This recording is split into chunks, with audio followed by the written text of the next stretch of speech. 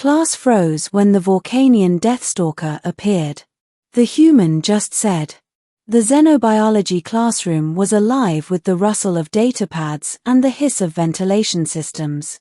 Students from a dozen species filled the lecture amphitheater, their eyes and mandibles fixed on the reinforced tank at the center of the room. Inside crouched the nightmare, a Vorkanian Death-Stalker. Its armored body shimmered with chitinous plates, its 6 legs ending in serrated hooks. Twin tails arched overhead, dripping venom that could dissolve bone in minutes. Its mandibles clicked slowly, rhythmically, as if savoring the fear it inspired. The Threxian cadets shivered, instinctively curling their limbs tight. The feathered Vayari students flattened themselves against the farthest wall. Even the towering Carthan recruits, predators in their own right, stepped back from the enclosure, their nostrils flaring with alarm. Professor Kalith, a silver-scaled reptilian, raised his frill proudly. Behold, the apex predator of Vorkan Prime. No creature rivals its lethality in its native biome. Its venom is uncurable. Its armor shrugs off most kinetic projectiles. Entire settlements have been abandoned after incursions of even a single specimen. A nervous murmur spread through the class. Every gaze avoided the tank, every gaze but one. The human. The human's reaction.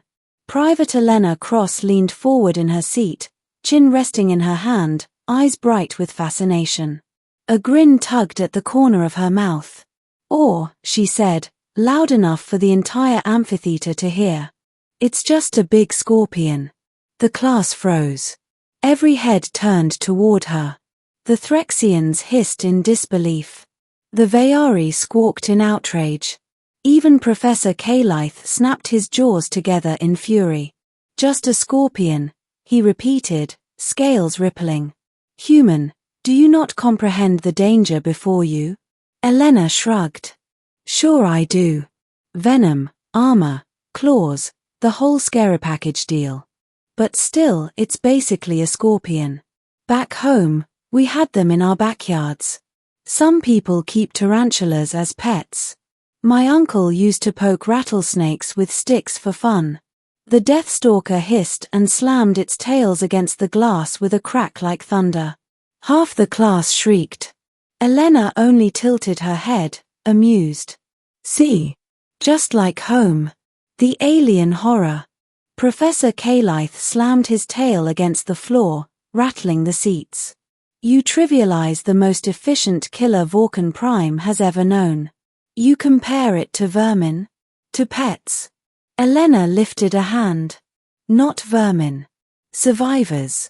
Predators. Dangerous, sure, but not unbeatable. We've lived with things like this for millennia. My people learned to respect them, fight them, sometimes even use them." The class erupted into overlapping voices. "She uses them," shrieked a Vayari. "She called it vermin," snapped a Threxian. "No, she called it pet, worse," growled a Carthan. The Death-Stalker hissed again, pacing within its enclosure. Elena leaned closer to the glass, utterly calm. "Hey there, big guy. You'd fit right in on Earth. Probably freak my neighbors out, though. The lesson turns." Professor Kalith, scales pale with disbelief, narrowed his eyes.